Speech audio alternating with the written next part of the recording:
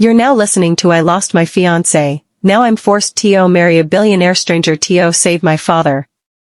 Kindly state in the comment section what part of the continent you're watching from. Let's connect. Story synopsis. 8 months after her fiancé Aaron Cole died in a supposed hit-and-run accident, Alara Davies has retreated to a convent, consumed by grief and guilt over their final argument. Her self-imposed exile ends when her desperate father arrives with shocking news. Their family business is failing, and the only way to save it is for Alara to marry Dominic Blackwell, a wealthy stranger.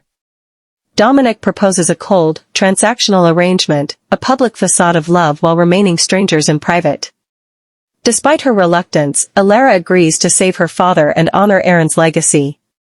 Their elaborate society wedding is pure performance, but unexpected chemistry sparks during their first kiss. Life as Mrs. Blackwell becomes a suffocating routine of charity galas and social obligations. Alara receives anonymous warnings not to trust her husband, while socialites hint that Dominic may have known her before. When private investigator Sarah Chen reveals that Aaron's death wasn't accidental, Alara's world crumbles. Kindly like, subscribe and push the notification bell for more interesting stories like this.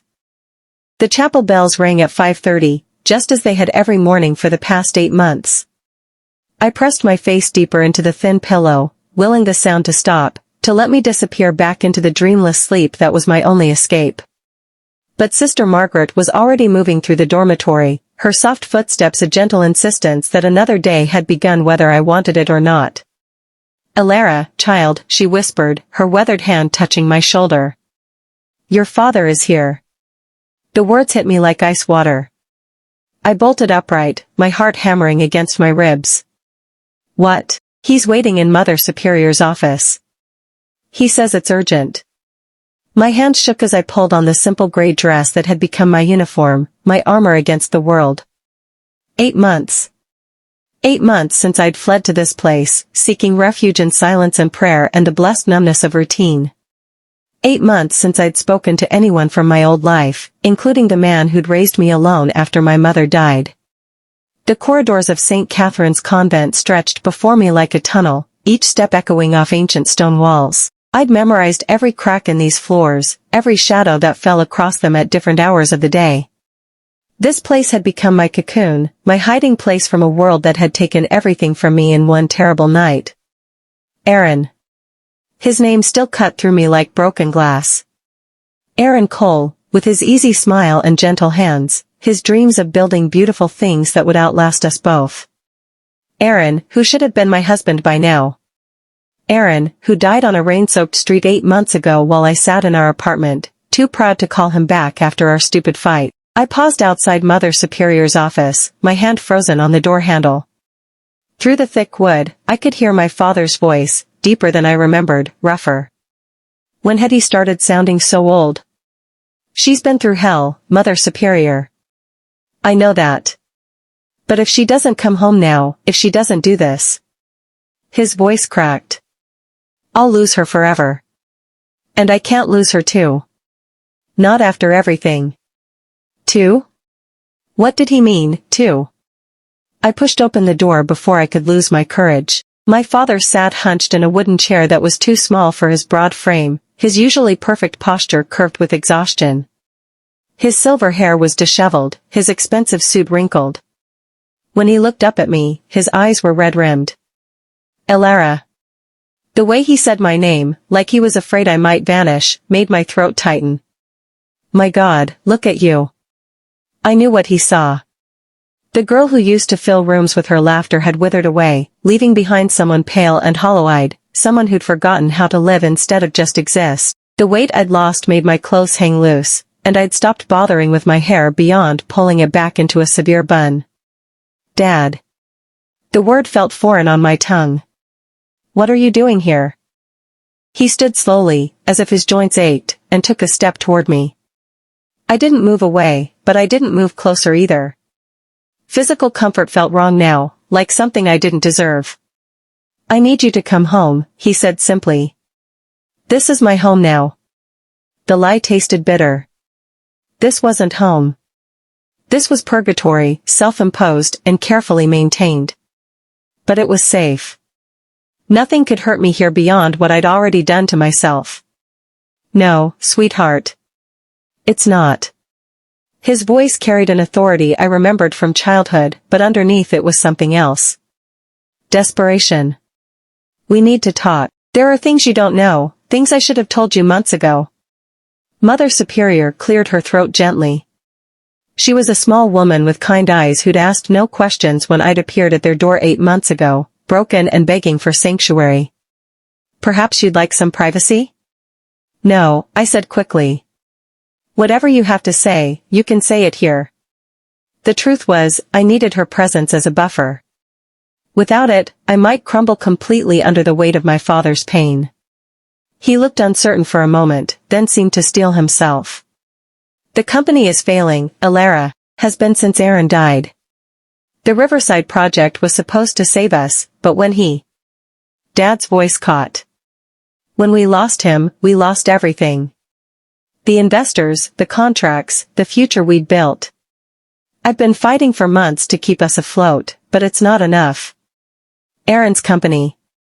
The architectural firm he'd poured his heart into, the one my father had invested in heavily because he believed in Aaron's vision as much as I had. The irony wasn't lost on me. In trying to escape the life Aaron and I had planned together, I'd hidden away while that life crumbled without me. I'm sorry, I whispered, because what else was there to say? I'm so sorry, Dad. I know I should have been there, should have helped somehow, but I couldn't. This isn't your fault. His voice was sharp, cutting through my guilt. None of this is your fault. But there is a way to fix it. A way to save everything. Something in his tone made alarm bells ring in my head. What do you mean? There's a man. A businessman. He's offered to buy out our debts, invest in the company, give us a fresh start. Dad's hands fidgeted with his wedding ring, the one he'd never taken off, even 15 years after my mother's death. But he has conditions.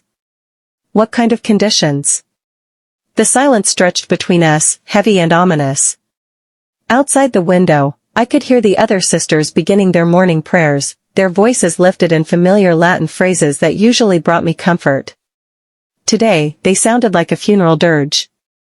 He wants to marry you. The words hit me like a physical blow. I gripped the back of the chair to keep from falling. What? His name is Dominic Blackwell. He's powerful. Rich. He can save the company, save our family's future, but he wants. No. The word exploded out of me. No, absolutely not. Are you insane? Alara, please, just listen. I won't marry some stranger for money. My voice echoed off the stone walls, higher and more desperate than I'd heard it in months. I can't. I won't. Aaron. Aaron is dead. The pain in my father's voice silenced me instantly. I loved that boy like a son, you know I did. But he's gone, and you can't bring him back by hiding away in here, punishing yourself for surviving when he didn't. Tears burned my eyes, the first I'd shed in weeks. Don't. Please don't. I'm not asking you to forget him. I'm not asking you to stop loving him. I'm asking you to live. To save what he died trying to build. By selling myself to some stranger? By giving us all a second chance. Dad stepped closer, his hands reaching for me. This time, I didn't pull away when he gripped my shoulders. I wouldn't ask this of you if there were any other way. You have to believe that. But if we don't do something now, we'll lose everything. The house, the company, Aaron's legacy, all of it will be gone. My mind reeled. After 8 months of blessed numbness, emotions flooded through me like a dam had burst. Guilt, terror, anger, and underneath it all, a tiny, traitorous spark of something that might have been relief. Relief at being forced to make a choice, to step back into a world I'd abandoned. Who is he?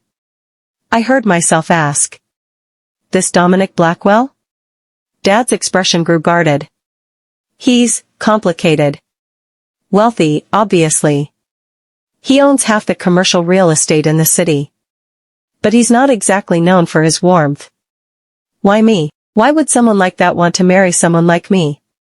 The question revealed too much about how I saw myself now. Damaged goods, a shadow of who I used to be. I don't know, Dad admitted. But he was specific. It had to be you. A chill ran down my spine. He knows me? He knows of you. From the engagement announcements, the society pages. You and Aaron were in the news quite a bit during your engagement. That was true. Aaron's rising star in the architectural world, combined with my father's business connections, had made us minor celebrities in the city's social scene. We'd been the golden couple, young, successful, beautiful, in love. The kind of couple other people envied. The kind of couple that doesn't exist anymore when half of it is dead. Mother Superior, I said, turning to the woman who'd been silently witnessing this conversation. What do you think? Her weathered face was kind but unreadable. I think, child, that God rarely gives us easy choices. But sometimes the hardest path is the one that leads us where we need to be. That's not an answer. No, she agreed. Because the answer has to come from you. I closed my eyes, trying to imagine it. Leaving this sanctuary, stepping back into a world of noise and color and pain. Marrying a stranger. Becoming someone's wife when I'd sworn that honor belonged to Aaron forever. But then I thought about Aaron's dreams. The buildings he'd wanted to create, the legacy he'd hoped to leave behind. If I stayed here, all of it would disappear as if he'd never existed at all. If I did this, I said slowly, not opening my eyes, what would it mean? What would he expect? I don't know all the details, Dad said quietly. But he wants to meet with you. Today. To discuss terms. Terms. I laughed, but there was no humor in it. Like I'm livestock being sold at market. Like you're a woman with choices, even if they're all difficult ones. I opened my eyes and looked around the small office that had become so familiar. The simple wooden cross on the wall, the shelf of well-worn books, the window that looked out onto the garden where I'd spent countless hours trying to find peace. This place had kept me safe, but it hadn't healed me. Maybe nothing could. But maybe, just maybe, I could honor Aaron's memory better by saving what we'd built together than by hiding from it. Where? I asked. Dad's relief was palpable. His office. Downtown. This afternoon. I haven't been downtown since. I couldn't finish the sentence. Downtown was where Aaron had died, where his body had been found broken on the asphalt. You don't have to decide anything today, Dad said quickly. Just meet him. See what he has to say. You can always say no. Could I? Something in his desperate tone suggested that saying no might not really be an option. Not if I wanted to save what was left of our family's future. I looked at Mother Superior one more time. She nodded almost imperceptibly, a blessing or permission or simply acknowledgement of what we both knew was inevitable. All right, I said. I'll meet him. Dad's shoulders sagged with relief. Thank you. Elara, I know this isn't fair, I know it's asking too much, but... Dad. I held up a hand to stop him. If I'm going to do this, I need to understand something first. Anything. Why now? Why is this the first I'm hearing about any of this? The company failing, this man's offer, when did all of this happen?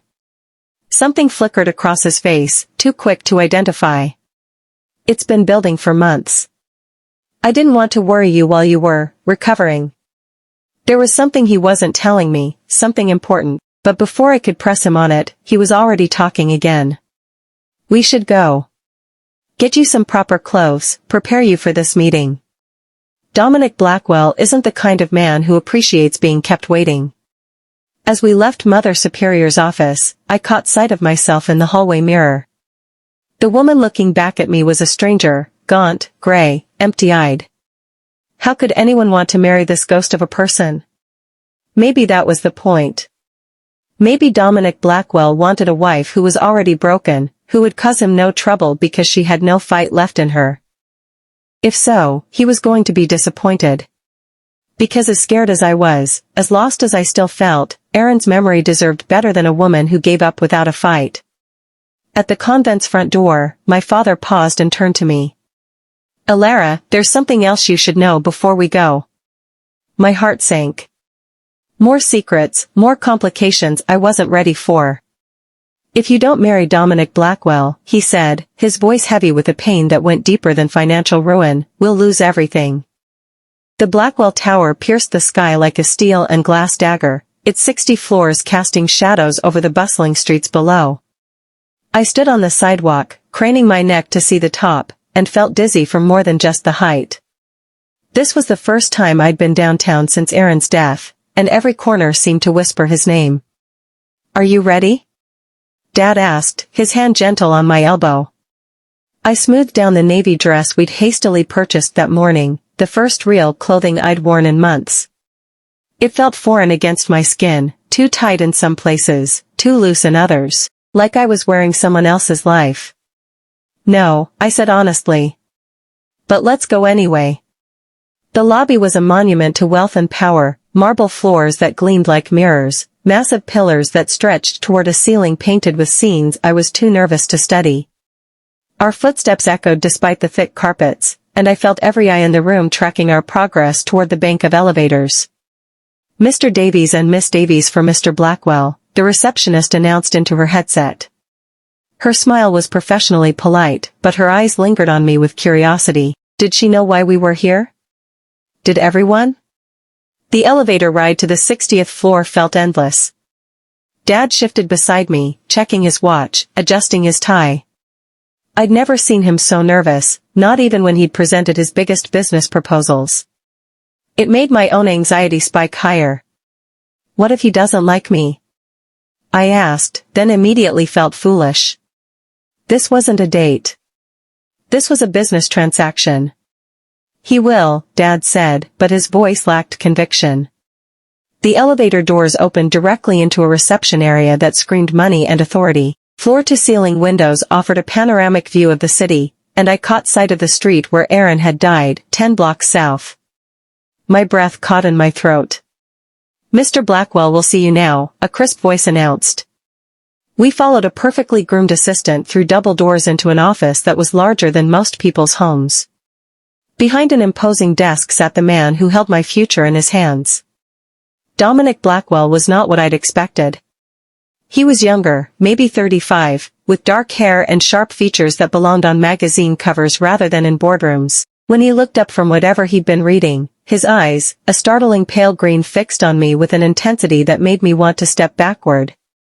"Miss Davies."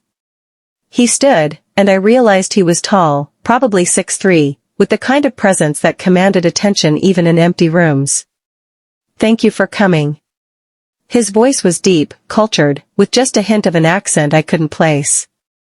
When he extended his hand, I had no choice but to take it. His grip was firm, warm, and brief, a handshake that revealed nothing about the man behind it. "Mr. Blackwell." I managed to keep my voice steady despite the way my heart was racing. "My father says you have a proposition." Something that might have been amusement flickered across his face. "Please, sit." We settled into leather chairs that probably cost more than most people's cars. Dominic returned to his seat behind the desk, creating a barrier between us that felt intentional. When he looked at me again, it was with the calculating gaze of someone evaluating a potential investment. "Your father has explained the situation?" he asked. "Some of it." I glanced at Dad, who was perched on the edge of his chair like he might need to run at any moment. "He says you're willing to save the company in exchange for marriage." To me. That's correct. The simple admission hung in the air between us. No pretense, no romantic nonsense, just cold fact. I should have appreciated his directness. Instead, it made me feel even more like livestock being appraised. "Why?" The question slipped out before I could stop it. "Why what, Miss Davies? Why marriage? If this is about business, surely there are other ways to structure a deal." He leaned back in his chair, studying me with those unsettling pale eyes. "There are, but they wouldn't serve my purposes." "And what purposes are those?" "I need a wife." He said it as simply as he might say he needed a new car. Someone presentable, well-connected, with the right background. You fit the requirements. The casual cruelty of it stole my breath. Requirements. Like I was applying for a job rather than a marriage. That's it? I'm just a suitable candidate? Are you looking for declarations of love, Miss Davies? His tone carried just enough mockery to sting. Because if so, I'm afraid you'll be disappointed. This is a business arrangement, nothing more. Heat flashed through me, the first real emotion I'd felt in months that wasn't grief or numbness. And what exactly would this business arrangement entail? Marriage, obviously. A public ceremony, joint social appearances, the presentation of a united front. In exchange, your family's debts will be forgiven and your father's company will receive the capital injection it needs to survive. And privately? Privately, we'll be strangers who happen to share a name and an address. I stared at him, searching for some hint of humanity beneath that polished exterior. You really think it's that simple? I think, he said, leaning forward slightly, that we're both adults who understand the difference between fantasy and reality. You need financial security. I need a wife who won't complicate my life with messy emotions or unrealistic expectations. It's an ideal match. Ideal. I couldn't keep the bitterness out of my voice. Is that what you call it? What would you call it? The honest answer was a nightmare, but I bit it back. Instead, I asked, what happens if I say no? Dad shifted uncomfortably beside me, but Dominic's expression didn't change. Then your father's company declares bankruptcy within the month, your family loses everything, and you go back to hiding in your convent while the world moves on without you. The words hit their mark with surgical precision. He knew exactly where to cut to cause the most damage. You've done your research. I always do my research, Miss Davies. I know about your fiancé's death, about your retreat from society, about the guilt you carry over a fight that was ultimately meaningless. I know you blame yourself for surviving when you didn't. Stop. The word came out sharper than I intended. You don't know anything about what I feel. Don't I? He tilted his head slightly, like a predator studying prey. You've spent 8 months punishing yourself for being alive while Aaron Cole moulders in his grave. You've convinced yourself that if you suffer enough, if you disappear completely, somehow it will balance the scales. But it won't, Miss Davies. Nothing you do will bring him back. I stood abruptly, my chair scraping against the marble floor. This was a mistake. I can't do this. Sit down. The command in his voice was so absolute that I found myself obeying before I'd consciously decided to. When I was seated again, he continued as if nothing had happened. I'm not asking you to forget your dead fiancé. I'm not asking you to love me or even like me. I'm offering you a chance to honor his memory by saving what he died trying to build. Your father invested everything in Aaron Cole's vision. If you walk away now, that vision dies with him. He was right, and we both knew it. The knowledge sat in my stomach like a stone. What kind of man are you? The kind who gets what he wants. And you want me. I want a wife. You're suitable. There was that word again. Suitable. Like I was a piece of furniture he was considering purchasing. And if I agreed to this insane arrangement, what would the terms be? Dad leaned forward eagerly, but Dominic held up a hand to silence him. We'll be married within the month. A proper ceremony. I won't have people questioning the legitimacy of this union. You'll move into my home, attend social functions as my wife, and present the appearance of a loving couple in public. And in private? In private, you'll have your own wing of the house. Your own space, your own life. The only requirement is that you don't embarrass me publicly. How generous of you. Sarcasm felt good, like flexing a muscle I'd forgotten I had.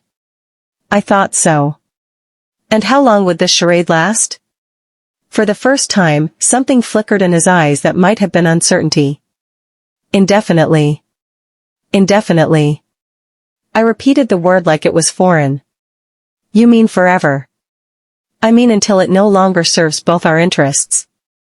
And if I wanted children someday? His jaw tightened almost imperceptibly. That wouldn't be part of our arrangement. The finality in his tone sent a chill through me. No love, no intimacy, no future, just a cold business partnership dressed up in wedding clothes. You really have thought of everything, haven't you? I try to. I looked around the office again, taking in the expensive art on the walls, the view of the city spread out below us, the subtle displays of wealth and power. This man could have anyone he wanted. Beautiful women probably threw themselves at him daily. So why choose a broken-down woman hiding in a convent? There's something you're not telling me, I said. Some reason you need me specifically, not just any suitable wife. What is it? His mask slipped for just a second, revealing something sharp and dangerous underneath. Then it was back in place, smooth as marble. Does it matter? It does to me. Then perhaps you're not as practical as I thought. We stared at each other across the desk, and I felt like we were engaged in some kind of battle I didn't understand the rules of. Finally, I turned to my father. Dad, can you give us a moment alone? Dad looked uncertain, but Dominic nodded. Mr. Davies, perhaps you could wait in the reception area. This won't take long. When we were alone, the office felt even larger, more intimidating. Dominic leaned back in his chair, waiting. The silence stretched between us until I couldn't stand it anymore. Aaron was a good man, I said quietly. I'm sure he was. He was kind, gentle, everything you're not. He would have loved me, protected me, built a life with me based on more than just mutual convenience. And yet he's dead and I'm here. The casual cruelty of it made me flinch. What happened to you? What made you so cold? Life, Miss Davies. The same thing that drove you to hide in a convent. There was something there, a crack in his armor, but before I could explore it, he was talking again. You have a choice to make. You can continue wallowing in your grief, clinging to a dead man's memory while everything he worked for crumbles around you. Or you can be practical. You can save your father, honor your fiancé's legacy, and give yourself a chance at a different kind of future. A future without love. Love is a luxury you can't afford. Your father will lose everything within weeks. Your precious Aaron's architectural firm will be dissolved, his buildings will be sold to pay debts, and his name will be forgotten. Is your romantic idealism worth all that? I closed my eyes, trying to think past the panic and grief and exhaustion. When I opened them again, Dominic was watching me with that same calculating expression. If I agreed, I said slowly, when would we marry? 3 weeks from today. 3 weeks? The timeline was impossibly fast. Why the rush? Because your father's creditors won't wait, and I don't like loose ends. 3 weeks to transform myself from a grieving recluse into a billionaire's bride. 3 weeks to say goodbye to Aaron forever and step into a life I'd never wanted. 3 weeks to become someone I didn't recognize. I need time to think. You have until tomorrow morning. That's not enough time. It's the time you have. He stood, clearly dismissing me. My assistant will show you out. I remained seated, rebellion flaring in my chest. And if I say no tomorrow morning, then your father's company declares bankruptcy by Friday, and you can spend the rest of your life wondering what might have been different if you'd been brave enough to take a chance. Brave enough. The words stung because they hit too close to home. Was that what this was about? Was I being cowardly by hesitating, or would I be cowardly if I agreed? I stood slowly, smoothing down my dress one more time. You really think you know me, don't you? I think I know enough. And what's that? He walked around the desk until he was standing directly in front of me, close enough that I could smell his cologne, something expensive and masculine that made my traitorous body respond despite my mind's protests. I think, he said quietly, his voice dropping to something that was almost intimate, that you're tired of being a ghost. I think you want to feel alive again, even if it's in a marriage that exists only on paper. And I think you're smart enough to recognize that this might be your only chance. The words hung between us, and I realized with growing horror that part of me, a part one didn't want to acknowledge, was tempted. Not by him, but by the prospect of stepping back into the world, of having a purpose again, even if that purpose was playing the role of his convenient wife. "You're wrong about me," I said, but my voice lacked conviction. "Am I?" He reached out and touched my cheek with one finger, so lightly I might have imagined it. "Then prove it. Walk away. Go back to your convent and let everything Aaron worked for disappear." I jerked away from his touch, my skin burning where he'd made contact. "Don't touch me." "I won't," he said simply. "Not unless you want me to. That's one advantage of our arrangement, you'll never have to pretend to desire me."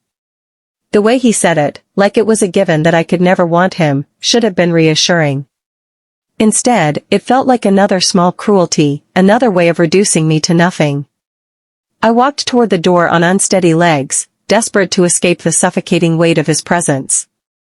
At the threshold, I turned back.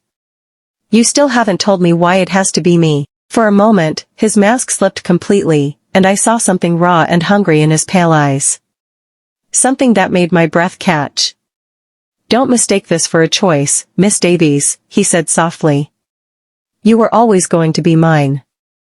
The only question is whether you'll make it easy or difficult." The wedding dress was a masterpiece of silk and lace that probably cost more than most people's annual rent. I stood in front of the three-way mirror in the bridal suite, watching the seamstresses make final adjustments, and felt like I was looking at a stranger. 3 weeks. That's all the time it had taken to transform me from a broken woman hiding in a convent into a billionaire's bride. 3 weeks of dress fittings and menu tastings and guest lists filled with people I'd never met. 3 weeks of playing a role I'd never auditioned for. "You look beautiful, sweetheart." Dad's voice was thick with emotion as he appeared in the mirror behind me.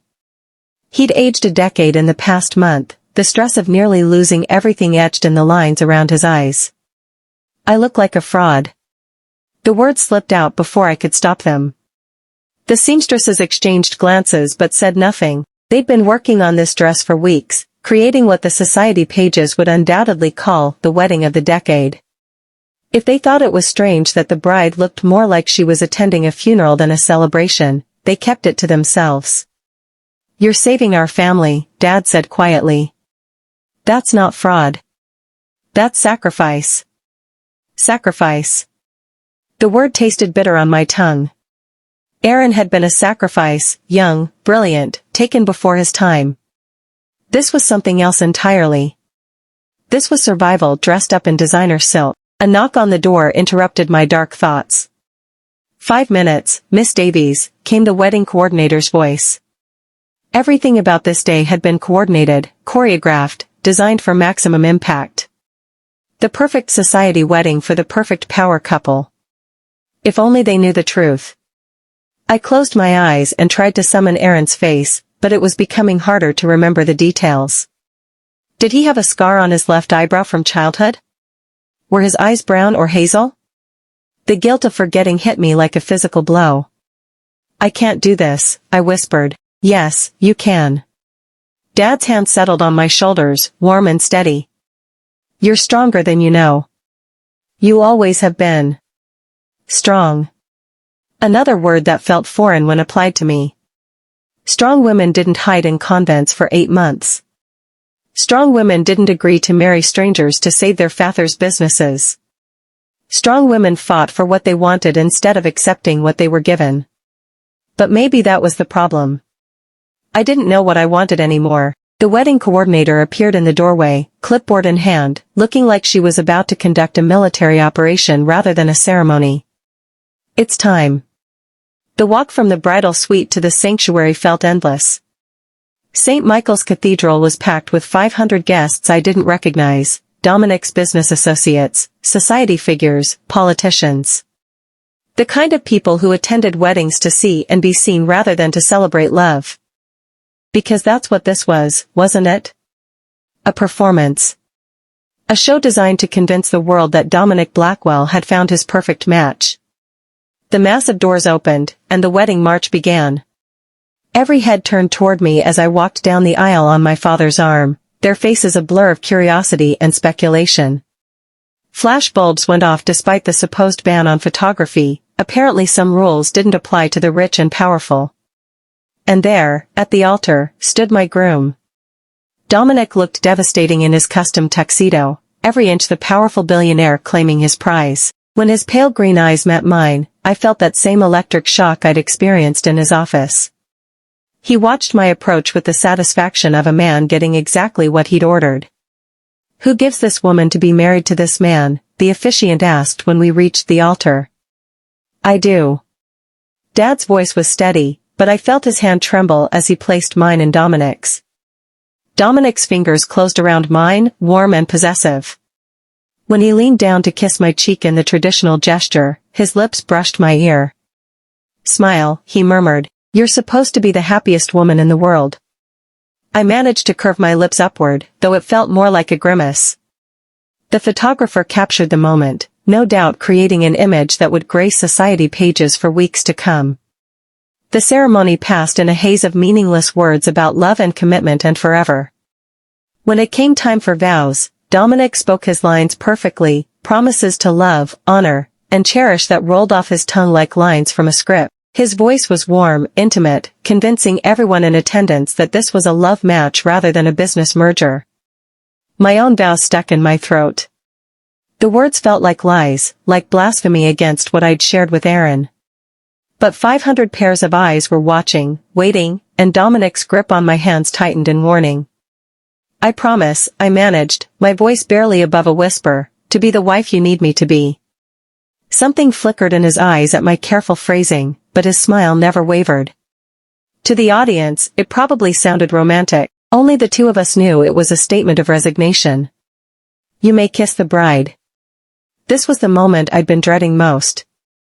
Dominic's hands framed my face with surprising gentleness, tilting my chin up toward his. For a heartbeat, we just looked at each other, and I saw something in his expression that wasn't entirely cold calculation. Then his lips met mine. It was supposed to be for show, a brief, chaste kiss to seal our union in front of the cameras.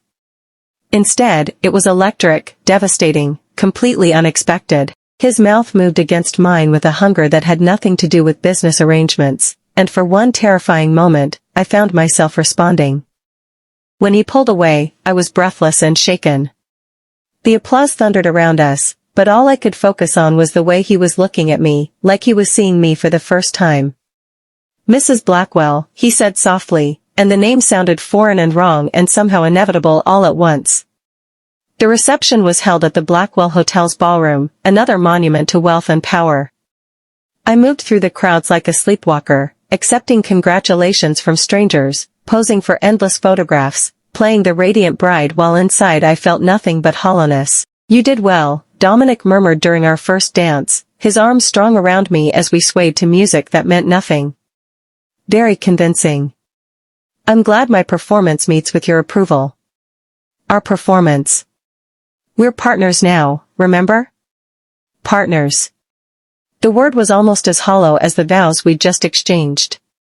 I let him guide me through the dance, acutely aware of how perfectly we fit together despite being strangers. He was an excellent dancer, leading with confidence and skill that suggested expensive lessons and natural grace. "Are you going to tell me why?" I asked as the song continued. "Why what?" "Why it had to be me. Why you couldn't just hire an actress or marry someone who actually wanted this life." His jaw tightened almost imperceptibly. "Does it matter now?" "It matters to me." "Then perhaps I'll tell you someday.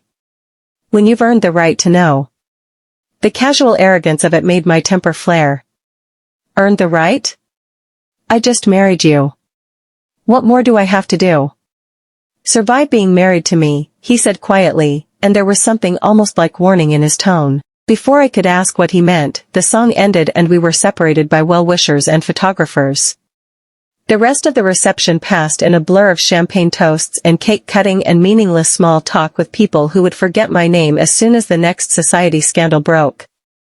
I caught glimpses of Dominic throughout the evening, always surrounded by powerful men in expensive suits, conducting business even at his own wedding reception. He played the role of devoted groom perfectly when the cameras were rolling, but the moment we were apart, he was all business. Finally, mercifully, it was over. The last guest had departed, the last photographer had been ushered out, and I found myself alone with my new husband in the back of his Bentley. "Where are we going?" I asked as the driver pulled away from the hotel. "Home. Home." The Blackwell mansion was a sprawling estate in the city's most exclusive neighborhood, the kind of place that appeared on architectural magazine covers. I'd seen it briefly during one of our pre-wedding meetings, but I'd been too nervous to really take it in.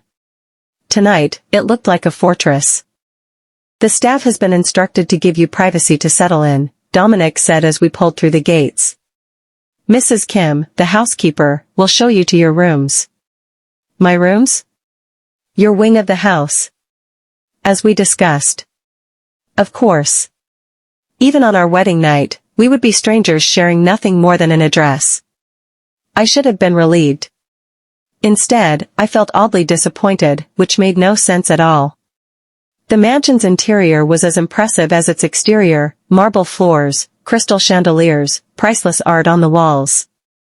Mrs. Kim, a small Asian woman with kind eyes and perfect posture, was waiting in the foyer. "Welcome home, Mrs. Blackwell," she said warmly. "Would you like me to show you to your suite?" Mrs. Blackwell.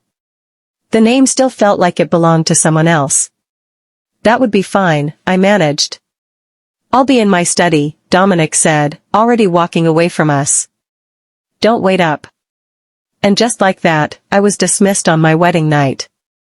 Mrs. Kim led me up a grand staircase and down a hallway lined with portraits of stern-faced ancestors.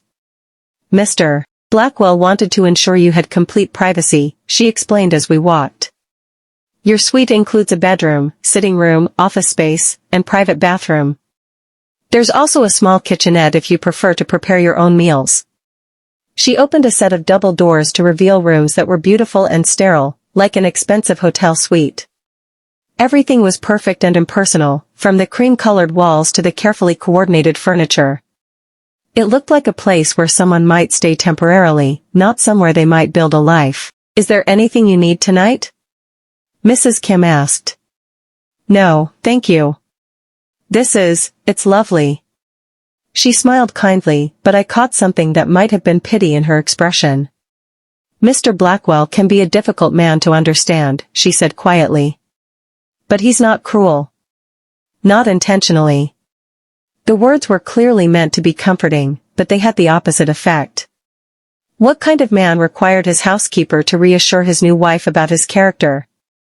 After Mrs. Kim left, I stood in the middle of my beautiful, empty sitting room and tried to process what my life had become. This morning I'd been Alara Davies, grieving fiancé hiding from the world. Tonight I was Mrs. Dominic Blackwell, wife to one of the most powerful men in the city, mistress of a mansion that could house a small army. And I'd never felt more alone in my life. I walked to the window and looked out over manicured gardens that stretched toward the city lights in the distance. Somewhere out there was the street where Aaron had died, the life we'd planned together, the future that had been stolen from us both. A soft knock interrupted my dark thoughts. I turned, expecting Mrs. Kim, but it was Dominic standing in my doorway. He'd changed out of his tuxedo into dark jeans and a white shirt, looking more human but no less intimidating. "Settling in?" he asked. "It's beautiful. Very complete." "You sound disappointed." I considered lying, then decided I was too exhausted for pretense. "I sound like a woman who just realized she's living in a very elegant prison." He stepped into the room, and I was struck again by his presence, the way he seemed to fill any space he occupied. "It doesn't have to be a prison." "No? What would you call it then?" "A sanctuary. A place where you can heal without anyone demanding more than you're willing to give." There was something almost gentle in his tone, so unexpected that I found myself really looking at him for the first time since the ceremony. In the soft lamplight, with his defenses slightly lowered, he looked younger, more vulnerable. "Why did you kiss me like that?" The question slipped out before I could stop it. His expression shuddered immediately. "Like what?" "You know, like what?" "At the altar. That wasn't for show." He was quiet for a long moment, and I thought he might actually answer honestly. Instead, he stepped back toward the door. "Get some rest," Tomorrow we start the real performance. Dominic, wait. But he was already gone, leaving me alone with questions I wasn't sure I wanted answered. I walked back to the window and pressed my forehead against the cool glass. In the reflection, I could see my wedding dress spread across the bed where I'd left it, white silk gleaming in the lamplight like a ghost. That's when I heard it, his voice, muffled but angry, coming from somewhere deeper in the house. I moved closer to the door, straining to listen. Don't care what it takes, he was saying. She's my wife now. That means she's under my protection. Anyone who threatens that will answer to me. My blood went cold. Threatens what? Who was he talking to? And why did he sound like a man preparing for war? I pressed my ear to the door, but the conversation had moved away, leaving only silence and the growing certainty that I'd married a man whose secrets ran much deeper than I'd imagined.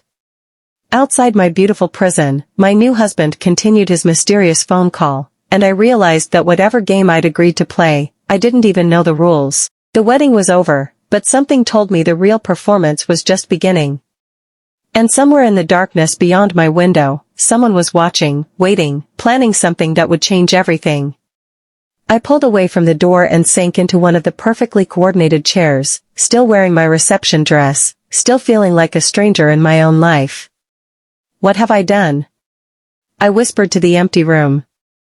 But the only answer was the sound of Dominic's voice, distant and dangerous, saying words I couldn't quite make out but that filled me with a dread I couldn't name. She'll serve her purpose, he'd said in his office 3 weeks ago, and suddenly I wondered exactly what that purpose might be. 3 weeks into my marriage, I realized that being Mrs. Dominic Blackwell was a full-time job I'd never applied for. I stood at the balcony, staring at the schedule Marcus had handed me that morning. Marcus was Dominic's personal assistant, a thin, efficient man who spoke in clipped sentences and treated me with the polite deference reserved for expensive acquisitions. The charity luncheon at the Waldorf is at noon, he was saying, his voice as emotionless as a GPS navigation system. Photographs with the organizing committee at 12:30. The Children's Hospital Board meeting is at 3, followed by cocktails with the mayor's wife at 5. Mr. Blackwell will join you for the opera gala at 7. I looked down at the designer dress that had been selected for me, pale blue silk that probably cost more than most people's monthly salaries. Everything in my life was now carefully curated, from my clothing to my schedule to the words I was expected to say at public events. And what about tomorrow? I asked, though I already knew the answer would be more of the same. The Art Museum benefit breakfast at 8, followed by the Literacy Foundation board meeting, lunch with the governor's wife, and the symphony fundraiser in the evening. It never stopped. Every day was a carefully orchestrated performance designed to showcase the perfect billionaire's wife. I attended charity events I'd never heard of, smiled for photographers at causes I barely understood, and made small talk with people whose names I forgot as soon as they walked away. The irony wasn't lost on me. For 8 months, I'd hidden from the world, desperate for solitude. Now I was never alone, constantly surrounded by people who knew everything about my public persona and nothing about who I really was. Mrs. Blackwell? Marcus was looking at me expectantly. The car is here. Right. The charity luncheon. Another performance in the endless theater of my new life. The Waldorf was buzzing with the city's elite, all gathered to raise money for whatever cause was fashionable this week. I moved through the crowd with practiced ease now, accepting air kisses from women who called me darling but couldn't pick me out of a lineup without my Blackwell credentials. Ilara. How wonderful to see you. I turned to find Margaret Ashworth bearing down on me, her perfectly coiffed hair helmet-like in its immobility. Margaret was one of the city's most prominent socialites, the kind of woman who treated charity work like competitive sport. Margaret, lovely to see you too. The lie rolled off my tongue with disturbing ease. 3 weeks of this life had taught me to smile on command and speak in the meaningless pleasantries that passed for conversation in these circles. You look radiant, dear. Marriage clearly agrees with you. Her eyes were sharp, calculating. Though we don't see nearly enough of you and Dominic together. He's so busy with his business ventures.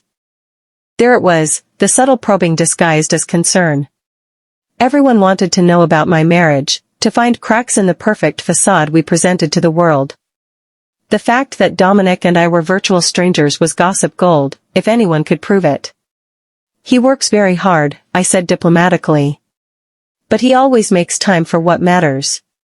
Of course. Such a devoted husband.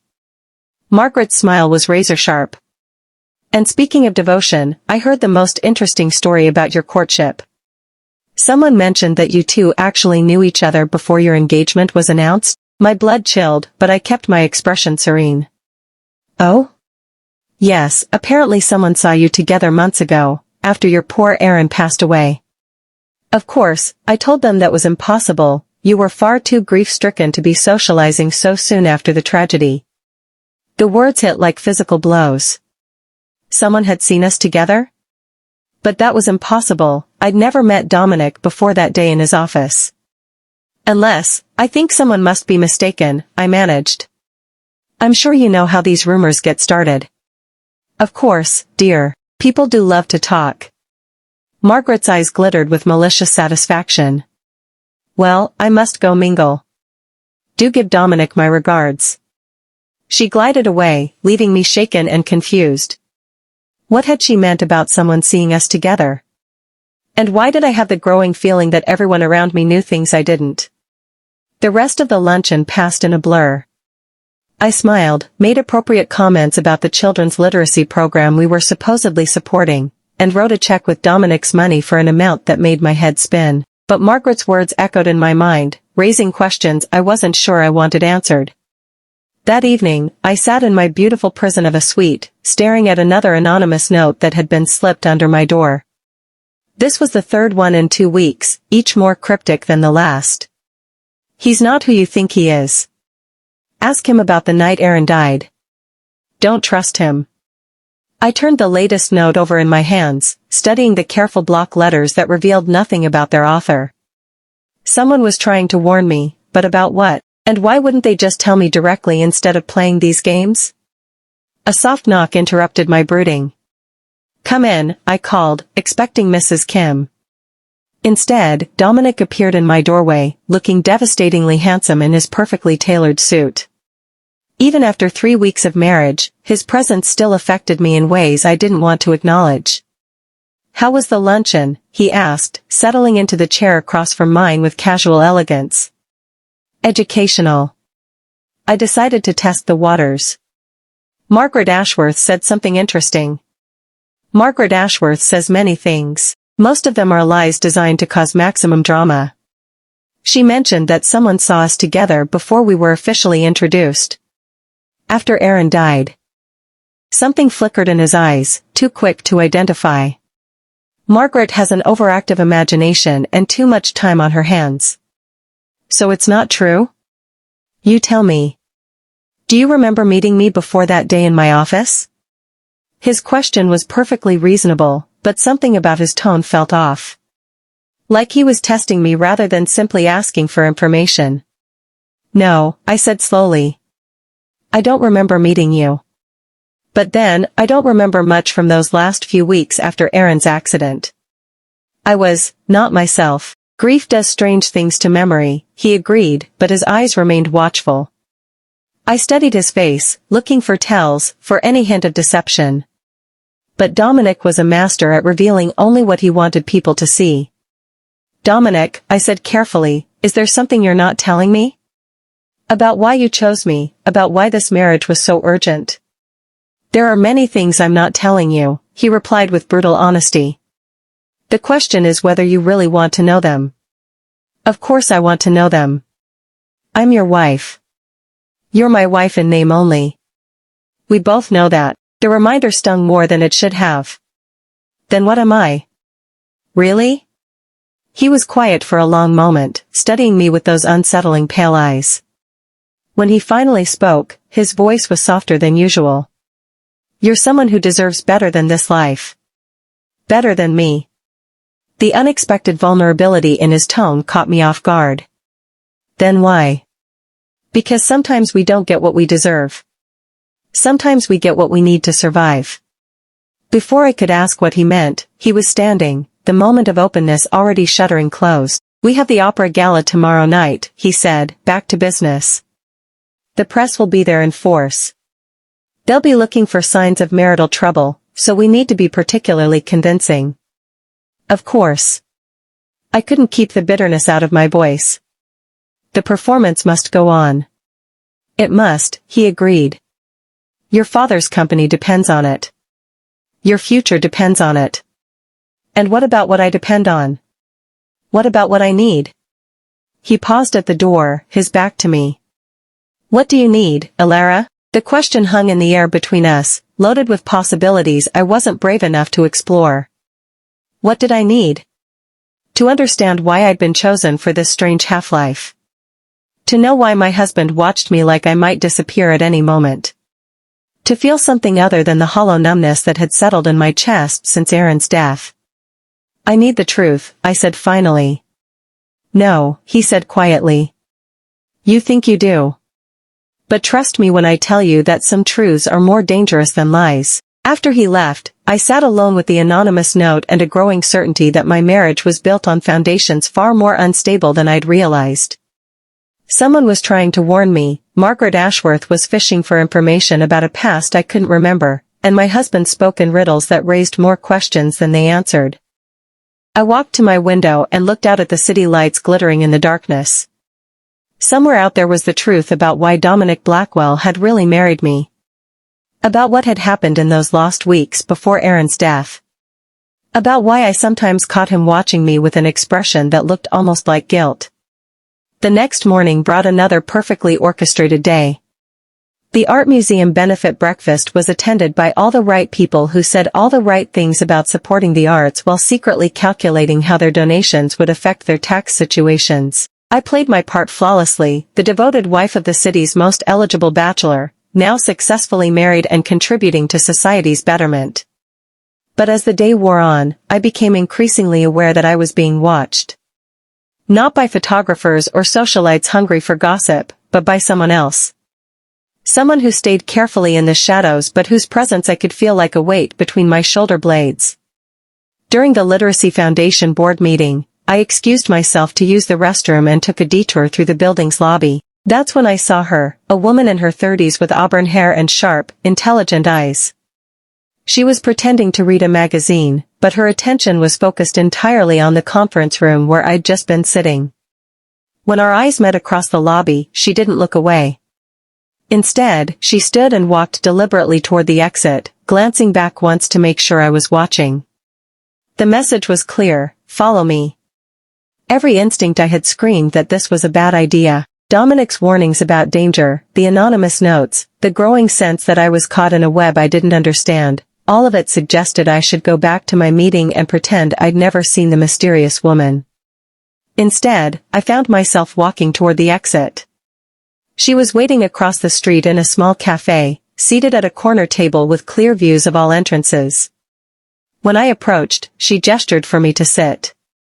Mrs. Blackwell, she said, and her voice was crisp, professional. My name is Sarah Lee. I'm a private investigator. What do you want? I managed to keep my voice steady despite the fear crawling up my spine. I want to help you. But more importantly, I think you need to know what your husband is really involved in. I don't know what you're talking about. She reached into her purse and pulled out a manila folder, sliding it across the table. Aaron Cole didn't die in a random hit-and-run accident. The words hit me like a physical blow.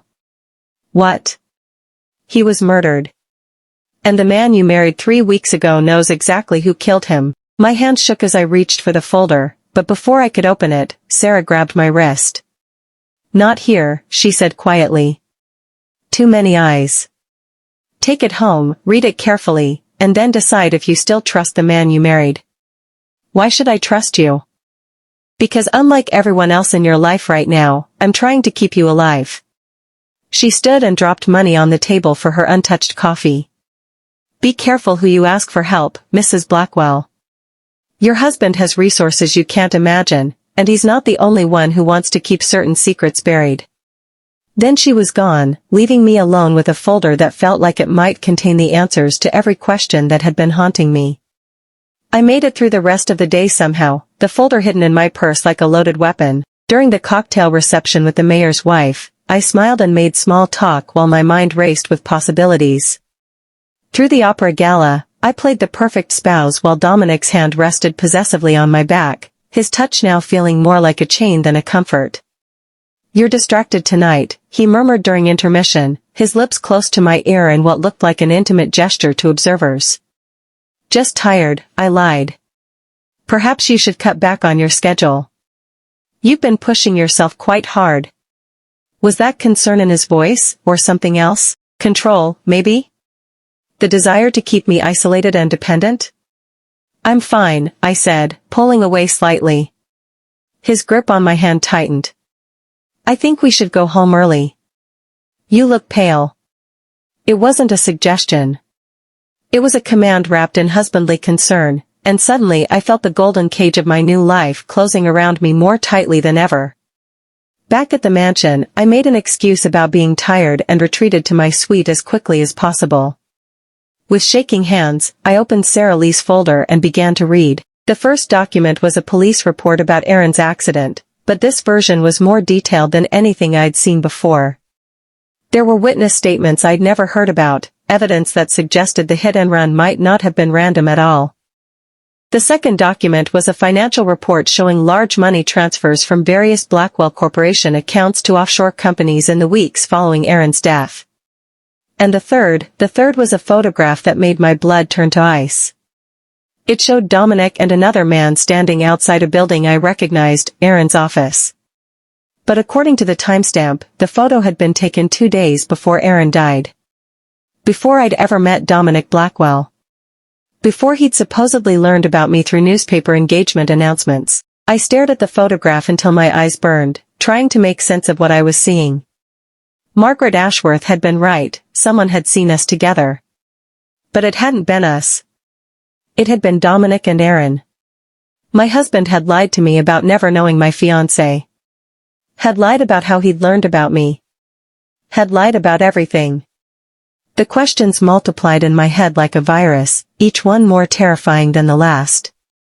Had Dominic known Aaron before his death? Had he known me? Had Aaron's accident really been an accident at all? I was so absorbed in the documents that I didn't hear my door open.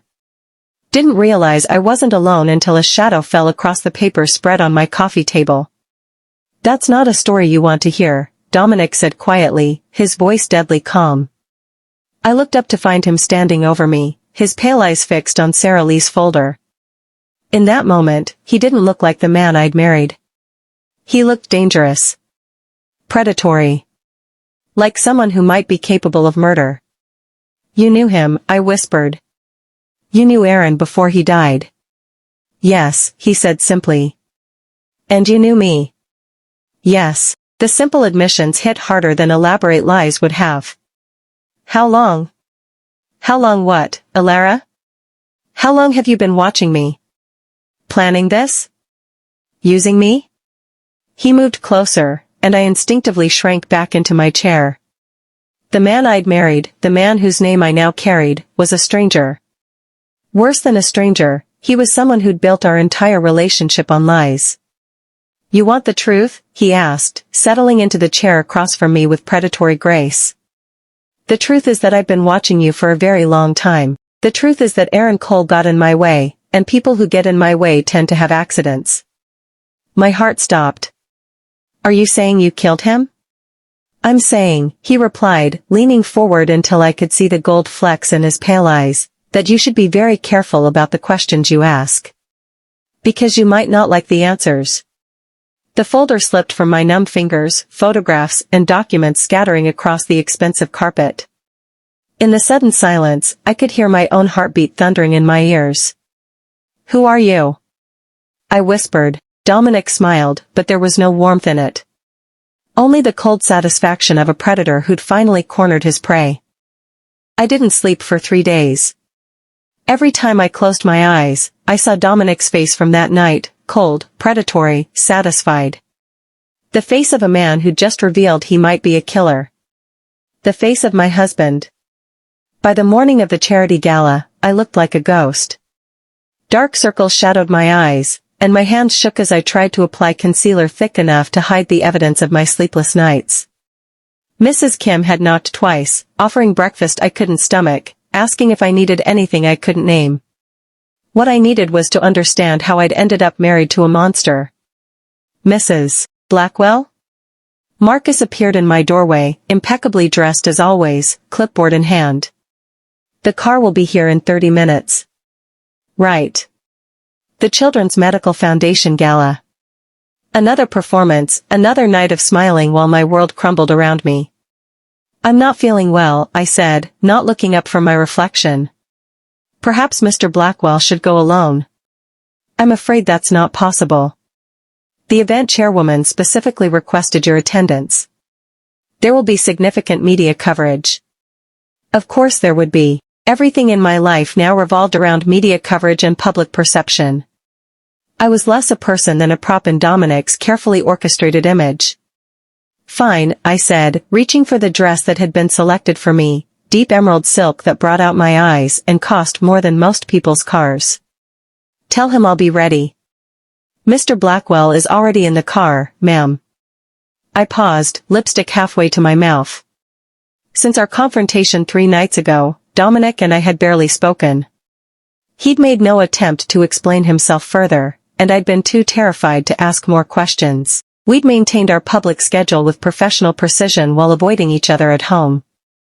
But apparently, tonight would be different. The ride to the hotel was conducted in suffocating silence. Dominic sat across from me in his perfectly tailored tuxedo, reading something on his phone, looking every inch the successful businessman rather than the dangerous man who'd all but confessed to murder. Smile, he said without looking up as we pulled into the hotel's circular drive. The photographers are already here. I know how to do my job, do you? His pale eyes met mine for the first time in days. Because you've looked like you're attending a funeral for the past week. Maybe I am. Something flickered across his face, surprise, perhaps, or annoyance. Elara. Don't. I turned toward the car door as the valet approached. Just don't. The grand ballroom was a glittering showcase of the city's elite, all gathered to raise money for children's medical research while showcasing their designer gowns and expensive jewelry. Flashbulbs erupted as we made our entrance, Dominic's hand possessive at my back, both of us smiling like we hadn't spent the past 3 days avoiding each other. Mr. and Mrs. Blackwell. A woman in her 50s with perfectly coiffed silver hair bore down on us. I'm Catherine Morrison, the event chairwoman. Thank you so much for coming. Mrs. Morrison, Dominic said smoothly, turning on the charm that had probably convinced half the city he was a respectable businessman rather than a potential killer. Thank you for including us. The Foundation's work is incredibly important. Yes, well, we're thrilled to have your support. And Mrs. Blackwell, you look absolutely radiant. That dress is stunning. Thank you, I managed, falling back into the role I'd perfected over the past month. Smile, make pleasant conversation, write large checks with my husband's money. We must get some photographs, Mrs. Morrison continued, gesturing toward a photographer. The society pages are always eager for pictures of the city's most glamorous couple. Most glamorous couple. If only they knew the truth. The next hour passed in a blur of handshakes and small talk. I moved through the crowd like an automaton, responding to comments about my dress, my husband's business success, our fairy tale romance. All the while, I was acutely aware of Dominic beside me, playing his part perfectly while his hand never left my back, possessive, controlling, a constant reminder that I belonged to him now. Excuse me, a familiar voice said behind us. Mrs. Blackwell? I turned to find a woman about my age with striking red hair and intelligent brown eyes. She looked vaguely familiar, but I couldn't place her. I'm sorry, I said politely. Have we met? Jessica Hartwell, she said, extending her hand. I was a friend of Aaron's. We worked together at Morrison Architecture. The name hit me like ice water. Aaron's colleague. Someone from my old life, from the world I'd shared with him before everything went wrong. Jessica, I said, my voice barely steady. Of course. How are you? I'm well, thank you. I have to say, I was surprised to read about your marriage in the papers. So soon after. She trailed off delicately, but her meaning was clear. Beside me, I felt Dominic tense almost imperceptibly. His hand pressed more firmly against my back, a warning. Grief affects everyone differently, I said carefully. I was fortunate to find someone who understood. Of course, Jessica said, but her eyes were sharp, calculating. Though I have to admit, I was curious about the timing. Aaron mentioned he was working on something important in those last few weeks. Something about a potential partnership that could change everything for the firm. My blood chilled. Aaron had never mentioned any partnership to me. But then, we'd been fighting so much in those final weeks, perhaps there were many things he hadn't told me. I'm sure I wouldn't know the details, I said. Aaron kept his business affairs separate from our personal relationship.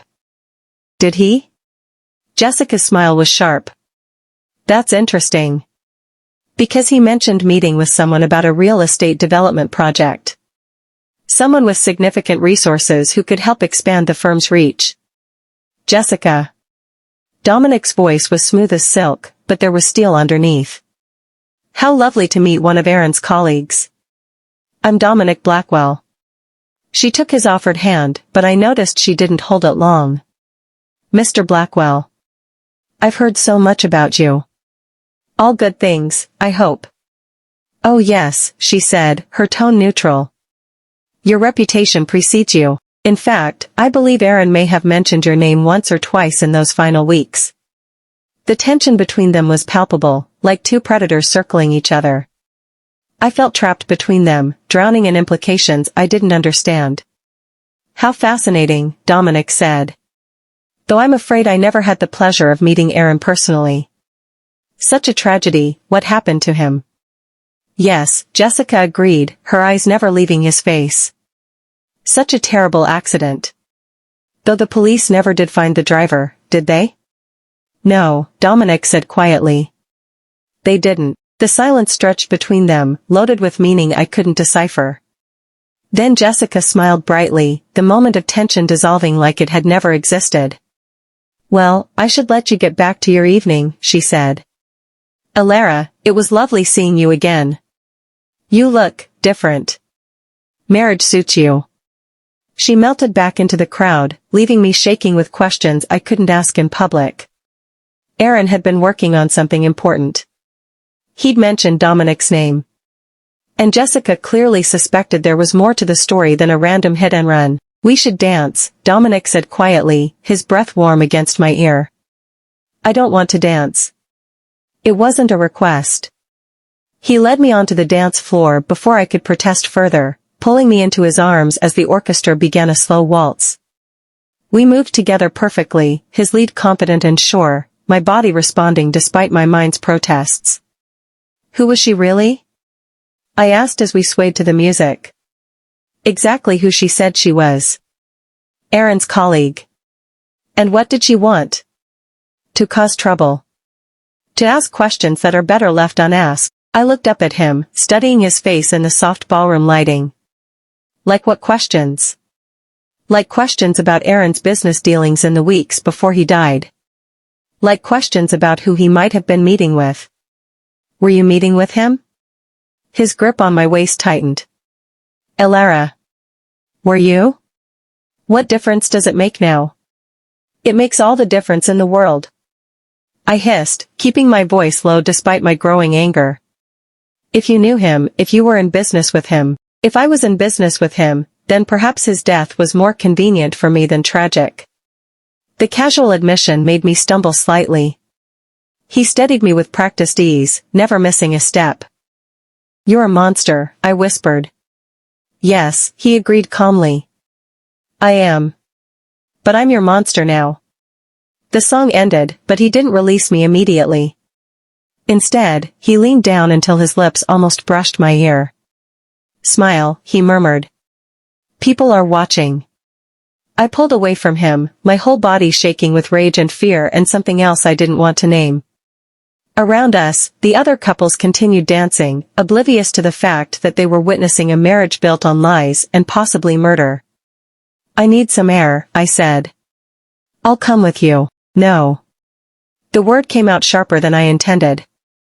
I need a moment alone. I walked off the dance floor before he could stop me, ignoring the curious glances from other guests.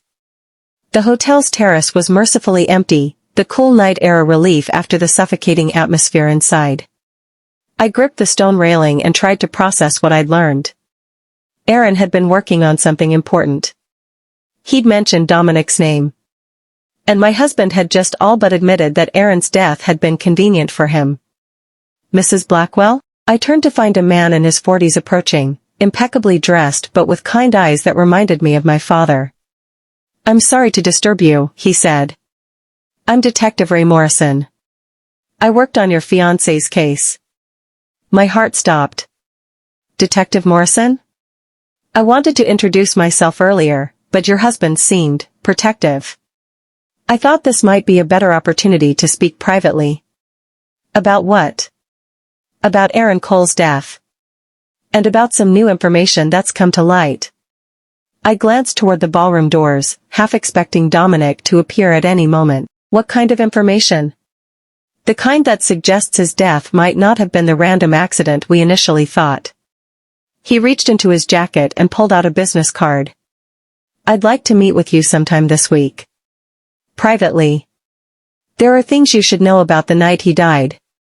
I took the card with trembling fingers. What things? Things about who he was supposed to meet that night. About why he was in that particular neighborhood. About the phone calls he made in his final hours.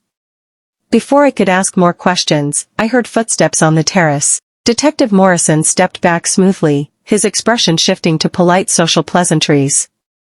Elara. Dominic's voice was calm, but I could hear the edge underneath. I was looking for you. Mr. Blackwell, Detective Morrison said politely. I was just introducing myself to your lovely wife. Ray Morrison, I'm with the police department. Detective Morrison. Dominic's smile was perfectly pleasant, but his eyes were arctic. How nice to meet you. I hope you're enjoying the gala. Very much, thank you. Well, I should get back inside. Mrs. Blackwell, it was a pleasure meeting you. He disappeared back into the ballroom, leaving me alone with my husband under the stars. Dominic moved closer, close enough that I could smell his cologne and see the dangerous glint in his pale eyes. What did he want? He asked quietly. To introduce himself. I slipped Detective Morrison's card into my purse before Dominic could see it. He said he worked on Aaron's case. And what did you tell him? Nothing. There was nothing to tell. He studied my face in the moonlight, searching for deception. Good. Because some cases are better left closed, don't you think? Are they? I think, he said, stepping closer until I was trapped between his body and the stone railing, that you should be very careful about the conversations you have with police officers. Or private investigators. Or anyone else who claims to have your best interests at heart. Is that a threat? It's an advice. From someone who cares about your well-being. You don't care about anyone but yourself. Don't I? His hand came up to cup my cheek, thumb brushing across my skin with surprising gentleness. Then why did I marry you instead of simply letting your father's company fail? Because I serve some purpose in your grand plan. You said so yourself. Did I? He leaned closer, his voice dropping to a whisper. Or did I marry you because I've wanted you for longer than you can imagine? My breath caught. There was something in his voice, something raw and honest that I'd never heard before. For a moment, he didn't sound like the cold businessman or the dangerous predator. He sounded like a man who was genuinely in pain. I don't understand you, I whispered. I know. His thumb traced my lower lip, sending unwanted heat through my body. That's what makes this so complicated. What is? The fact that I'm falling in love with my own wife. The admission hung in the air between us, impossible and terrifying and somehow inevitable. Before I could respond, his lips were on mine, kissing me with a desperate hunger that stole my breath and shattered my defenses. This wasn't like our wedding kiss, performed for cameras and appearances. This was real, electric, devastating. His hands tangled in my hair, pulling me closer, and I found myself responding despite every rational thought in my head. When he finally pulled away, we were both breathing hard. I stared up at him, seeing something in his eyes I'd never noticed before, vulnerability, longing, something that looked almost like love. "That's why this is dangerous," he said quietly. "Because you were supposed to be just a means to an end. And now? Now what? Now I'd burn down the world to keep you safe." Before I could process what he meant, there was a commotion from inside the ballroom. Shouts, the sound of breaking glass, someone screaming. Dominic's expression shifted instantly from tender to lethal. "Stay behind me," he ordered, pushing me toward the wall as he moved toward the ballroom doors. Through the glass, I could see chaos inside, people running, tables overturned, security guards shouting into their radios. And there, in the middle of it all, was Jessica Hartwell, blood streaming from her forehead, being helped to her feet by hotel staff. "What happened?" I gasped. "Someone didn't want her asking questions," Dominic said grimly. "The question is whether they were trying to silence her permanently or just send a message." He pulled out his phone and spoke quickly to someone on the other end, arranging for additional security, for our immediate departure, for damage control that would keep our names out of any negative publicity. As we waited for our car, I watched paramedics load Jessica into an ambulance. She was conscious, talking to Detective Morrison, who had appeared as if by magic at the scene. "This is because of what she said to us, isn't it?" I asked. "About Aaron." "Probably. Who would do this?" Dominic's jaw was tight as he watched the ambulance pull away. "Someone who has as much to lose as I do. Someone who doesn't want the truth about Aaron Cole's death to come to light." "And what is the truth?" He looked down at me, and for a moment, his mask slipped completely. What I saw underneath was pain, regret, and something that might have been love. "The truth," he said quietly, "is that I killed the man you loved. And now someone else wants to kill you." The admission hit me like a physical blow. Not a veiled confession this time, but the stark, honest truth. My husband was a murderer. And according to him, I was the next target. As our car pulled up to take us home, I realized that the danger I'd sensed lurking around the edges of my new life wasn't just in my imagination. It was real, it was deadly, and it was coming for me. But the most terrifying part wasn't that my husband had killed my fiancé. It was that despite everything, I was starting to believe him when he said he loved me. And God help me, I was starting to love him back. To be continued. Thank you for staying tuned and listening till the end. If you enjoy this story, kindly leave a comment on your favorite part and don't forget to subscribe. Watch out for part 2.